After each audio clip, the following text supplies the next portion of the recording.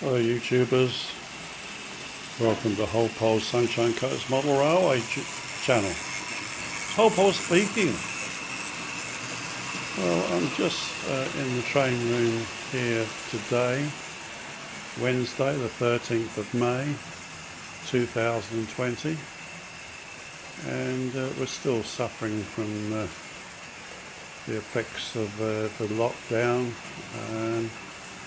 And slightly eased from next week, big deal. But that's not what I wanted to talk about, although I have got a lot to say about it.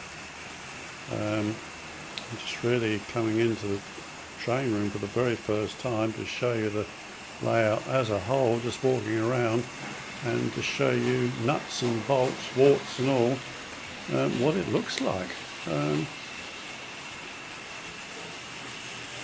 The layout's been like this for some time now. I haven't made any changes, and I don't intend to make any changes at this stage because it would be just too big a task at my stage of life. I'm quite happy with the way it runs. I can run up to 5 trains at once, as you can probably tell. There's a C-class, Barton C-class over there on a freight in First World War grey livery, and then over the back there's a standard class 5 Bartman again with a rake of Hornby Graceville. This is the second table, and that's joined by this section here, and this table here was the original table 20 years ago. There is a lot to see on the layout.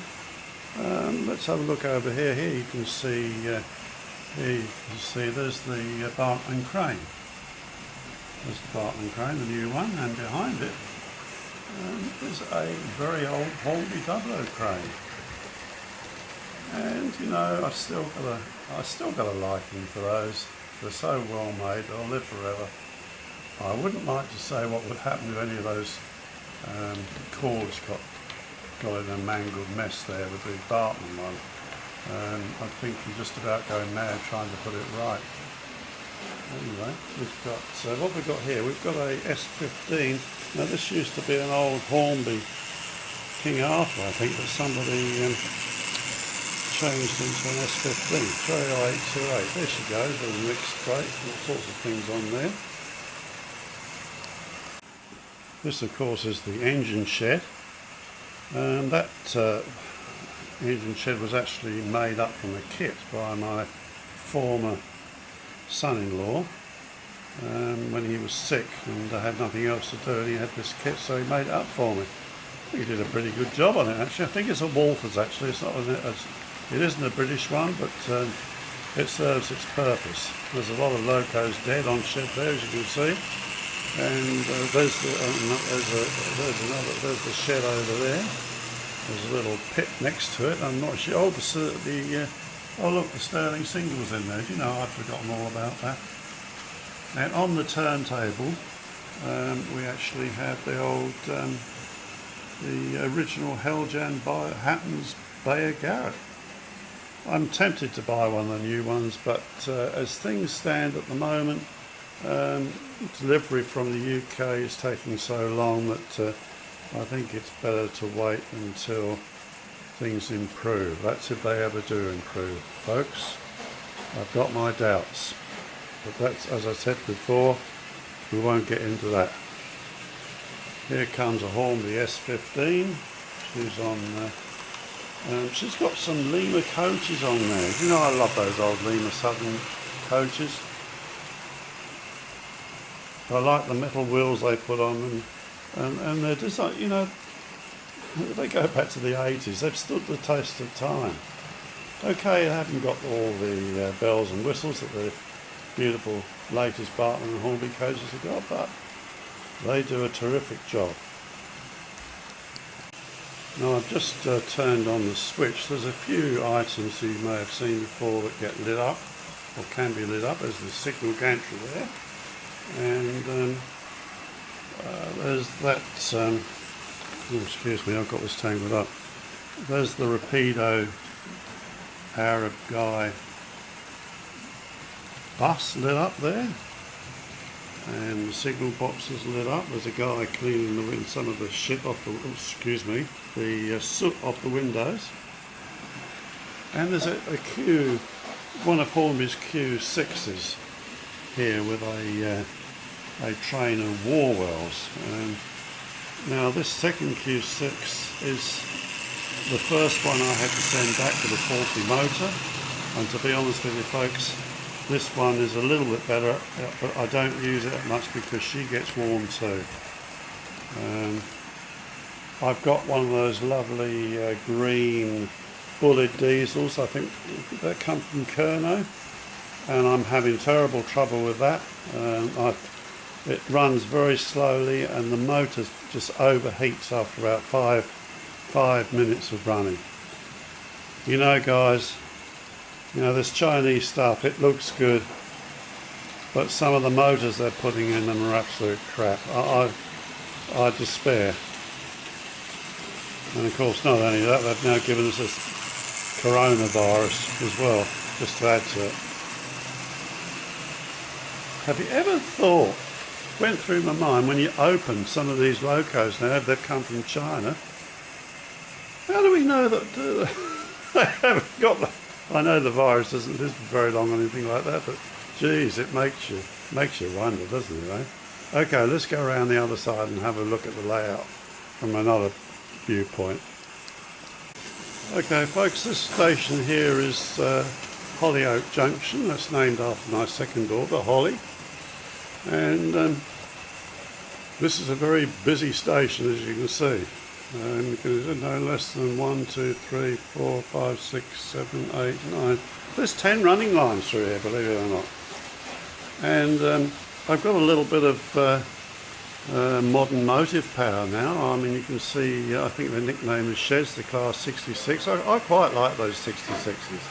And there's a 56 there, and one of the Class 40s. They're one of my favourite first generation diesels. Here comes that Bartman Class 5 again. And that old S15 conversion there, you know, as you can tell from the motors, was a little bit noisy. But she's got one of those XO4 motors in her. If only they made motors as reliable as that, folks. Honestly, seriously. It's, you know. Oh, I forgot to say that here comes the thumper. Here comes the thumper. They are a good model. They really are. And here's my little $10 pug. A little $10 pug I got from a railway. So, well, of course, that's the other thing I really miss is the swap meets, you know, the model railway table sales, of which there's 4 a year in two different locations. None of that, all gone. Will we ever see them come back? You know, I really have my doubts about this stuff. I do. All this social distancing stuff. Now, this is going to go on and on, folks. I'm a pessimist, I know, but yeah, really and truly. Will we ever see another football match? Do you really want to watch a Premier League match with an empty stadium? Do I want to watch Rugby League with an empty stadium? No, I bloody well don't. Sorry. Here comes the sea, she's going around that corner there. There she goes, there's the Bartman water tower there, one of their best models I think. And there's another shed there, I think that's a Continental one, but serves a purpose. And this is like a, I don't know, like a coal mine. That very shortly I've got a Walther's factory I'm going to put there because I've got a Huntley and Palmer's Peckett set that I got, and it's going to become a biscuit factory siding there. Oh, there's two little Pecketts there. Now they are beautiful little locos, aren't they? They are fantastic. They really are. And I've only got 3 minutes left on this before it needs charging again. I have to see the last 5 minutes, but anyway. This is a coal loading depot here, and there's a T9 in a Southern Railway livery, and this hay. I've got a mental blockage now, I can't remember what class that is, but that's a very nice model too. Very nice model. So an austerity over there. Oh, look, I could go on for an hour and a half with all the different loco. 2 BT World tanks which came from Kerno there. Yeah, all very nice. And to be honest with you, if I hadn't had this to come out and get away from all this stuff that's going on, you know, it's no wonder people are getting mental problems. It really isn't.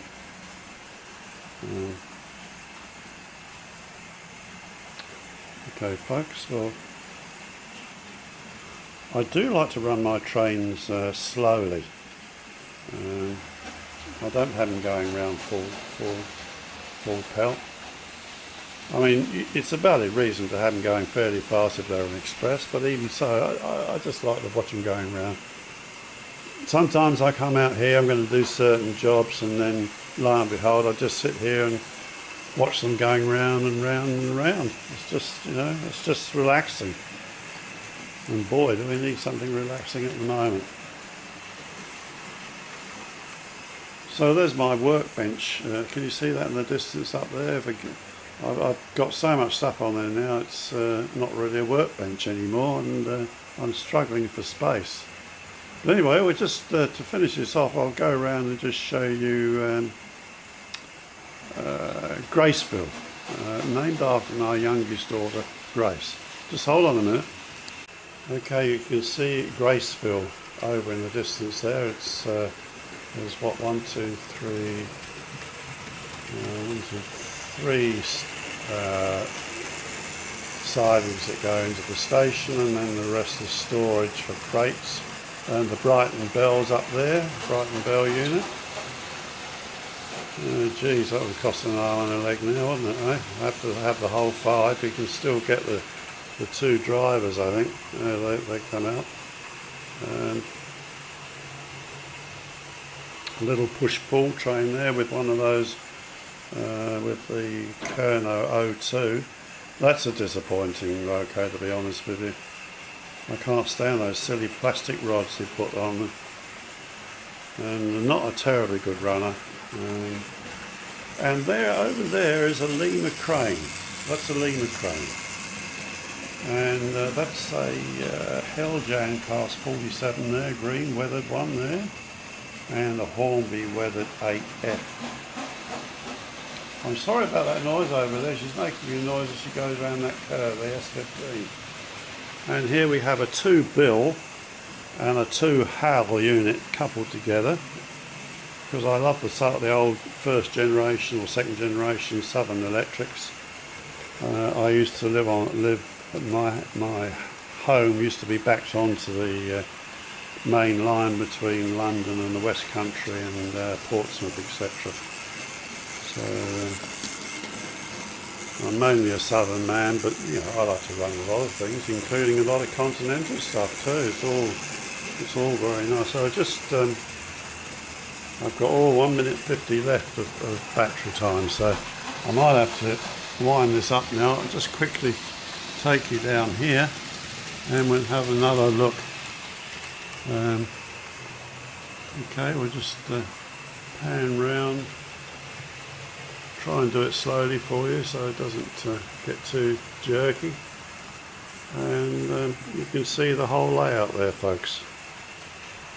Anyway,